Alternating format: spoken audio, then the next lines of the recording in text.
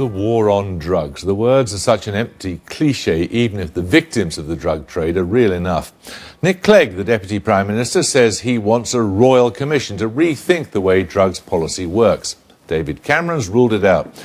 It's not perhaps surprising that the two men disagree, but it is as plain as the nose on your face that drug use is widespread and that the illegality of drugs makes an immediate criminal connection and that drug habits drive crime.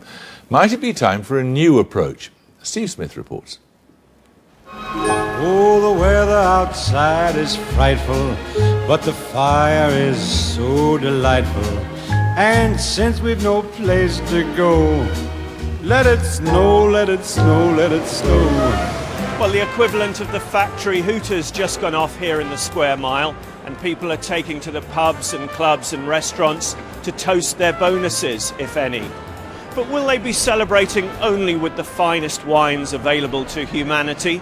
Or might there be other recreational substances available too?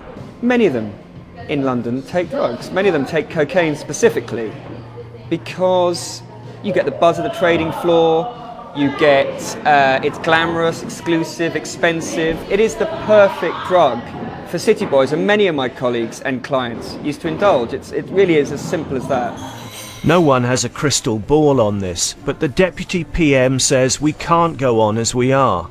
If you were conducting a war in which there were 2,000 fatalities every year, in which your enemy was getting richer all the time, in which they were throwing new weapons at you, we're now getting 40 to 50 new legal highs introduced into this country every single year, and in which younger and younger children are being affected. If that was a war, if that really was a war, I think we would immediately say, look, we've got to try and do something differently to wage this war more effectively. But hang on a minute, the most recent figures actually show use of drugs is at its lowest level since 1996. Use of Class A drugs has fluctuated over this time, but has fallen since 2008.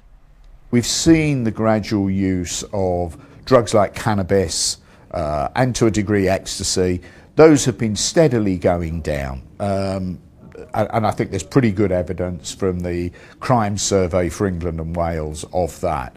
We've seen, I think, with cocaine and with crack cocaine and with heroin, it's gone down very slightly. It's probably the best to say that it's plateaued.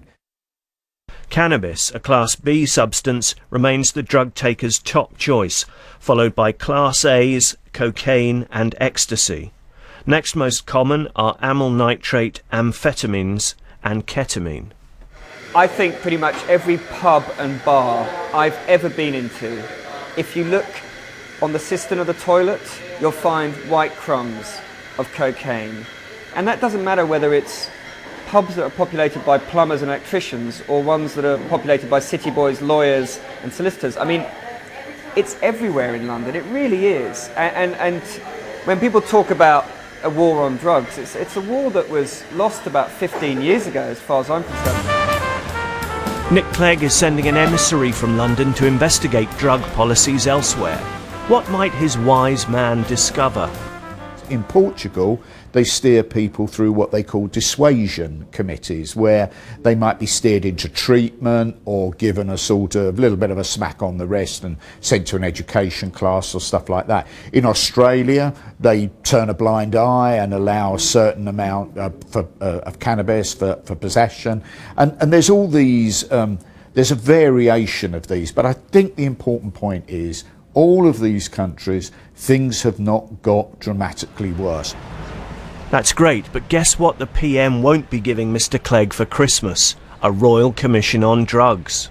Of course, the Deputy Prime Minister is entirely entitled to take a view for the next election and beyond for his manifesto, wanting to go further, wanting to have a Royal Commission.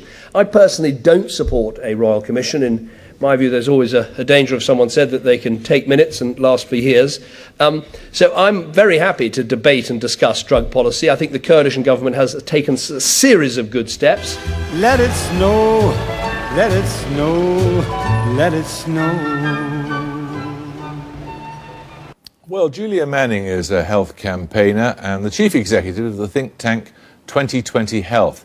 John Strang is a clinical psychiatrist who specialises in addiction and worked with the UK Drug Policy Commission. And Eliot Albers has used drugs, including heroin and cocaine, for about 25 years. What do you use now, Eliot? I'm prescribed injectable morphine. So I think you've answered my next question, which is going to be how you pay for it. We pay for it, the taxpayer pays for it. Well, indeed, yes. And you can function. I function very well. I was a daily heroin user when doing my PhD and when teaching university. Are you working now? Yes, I'm executive director of the International Network of People Who Use Drugs. I've just come back from UNAIDS PCB, where I was arguing for rational drugs policy with the UNAIDS and member states. And are there lots of people like you who are regular drug users? Yes, there are countless thousands of people whose drug use is functional and who, because of the stigma and discrimination and criminalisation that they face, cannot possibly come out in public and admit to the fact that they use drugs that are currently legal, but do so in a perfectly functional way. What do you make of that position? Well, I think it's unsustainable. It was interesting in the video that we heard Nick Clegg talking about why he's talking about this today, that the drugs policy isn't working. Yet we then saw stats to show that he's actually 10 years out of date. Our laws are working. The use, he particularly focused on children, school children and their drug use. Their use has gone down by 30% in the past 10 years. This raises the question, which we all need to engage with, which is, what is the aim of drugs policy, Professor? Drug policy really ought to be towards the public good. It should be to do with reducing the collective harm we have in society. But look, you've just heard somebody say, we'll leave aside our feelings about whether we should be paying for your drugs, but there's somebody who can function perfectly well. Where's the gain in stopping him using it? Part of the problem that we have, which makes it a difficult topic for the general public and for politicians, is that use of drugs is associated with harm for many individuals. It's a harm that we would want to avoid, but also our sanctions also bring their own collateral damage and complicate it. So one's looking really for whatever incremental change you can make that reduces the harm overall. Do you share that view of what the objective of drugs policy ought to be? Well, every law is about balancing freedom and risk, and to date we have felt that the risk of drug taking outweighs our freedoms to be able to do what we want and take whatever drugs we want. And that it's not just about the science; it's about the society. It's about what's in the national interest, and that is outweighed. The risks are too great, and I would actually dispute that you're still functioning normally. I'm afraid the medical evidence is that your blood vessels are shrinking by the month, by the year. You will not be able to sustain having morphine injections, until you're old. You won't get to old age. How old are you? I'm 43 years old. I've been using heroin for 25 years. And as you probably know, if you do know the evidence, opiates are actually a very safe substance to use. And the only risk associated is overdose. You feel well, do you? I'm extremely well. As I said, I was doing my PhD whilst a daily heroin user, teaching at university. Lots of people sleep their way through PhDs. But indeed they do, Jeremy.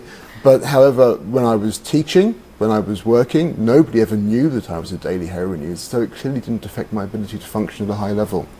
Okay, well, let's look. If the idea is to minimise harm, that's the objective, the minimising harm, and there are various ways that might be done. Is harm being minimised currently by keeping them illegal? I mean, in a way, that the missing ingredient from the way we tackle this problem is that we don't test that. What we have is political and public posturing. We have people coming on your programme and others campaigning or lobbying, and what you really want to do is make small incremental changes, as you would do in the treatment if you want to know whether you get improved treatment with cancer survival rates or any other disorder like that. You expect to see small incremental change, and you want to check, does that improve the situation or worsen it? So in a way, what's missing is the commitment to science. I think what you're saying is the very worst people to make drugs policy are politicians. I think there's an inherent problem in the position that politicians have, because they necessarily want to do what is popular. And what I want politicians to do is to look at the evidence and do what is most effective. What would you change about the way drugs policy works now?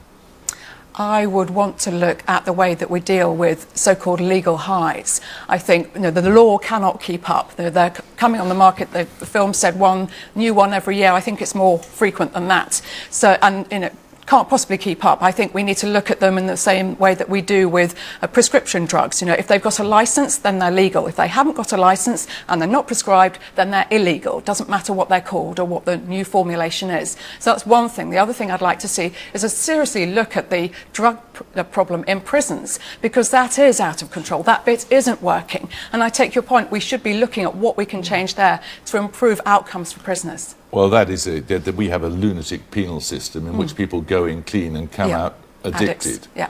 And that is to do with the way the prisons are run as much as anything. But is there some deep social problem in this country that leads to greater drug use? I mean, why did you start doing it? It was purely a choice that I chose to make out of intellectual curiosity and interest, and something that I found to be enjoyable and sociable. But you know that there are plenty of other people who've taken heroin, crack cocaine and various other drugs and are not here to tell the tale. You're very blasé about it. No, this is not about me as a person, as an individual. The fact is that we have an enormous number of people who use drugs, who have a large range of social problems, whether they be lack of housing, lack of employment, lack of education, and in addition drug use. What tends to happen is that we identify drug use as being the sole causative factor of the problems that they have, when in fact we're dealing with a very complex social mix. And criminalising people and subjecting them to stigma is increasing the problems. It's very difficult when there's such a broad span of people who use drugs. I mean, the sort of evidence that Steve Smith was citing in his piece, people go clubbing, for example, or they go out on social events.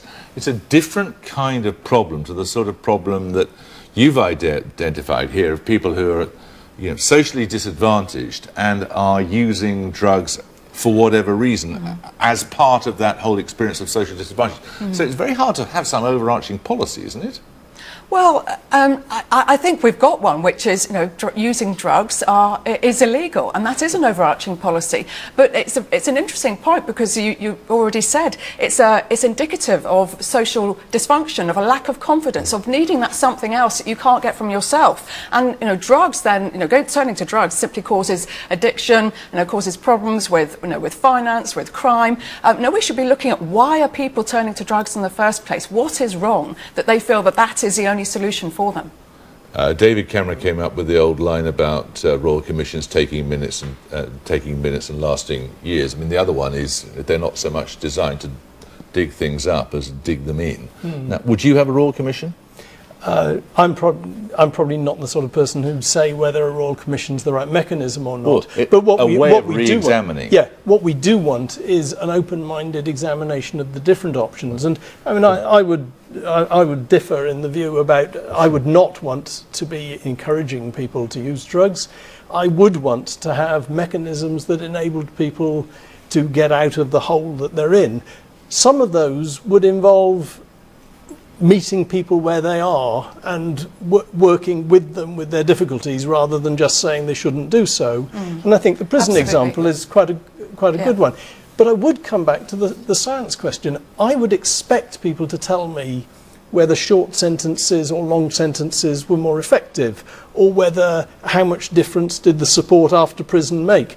And those answers would then guide me in how I constructed a more effective response. What we need to learn from Portugal is that policy was brought in specifically for people who are HIV positive, and the amount of transference of HIV through drug users using syringes. And it wasn't about going soft on drugs.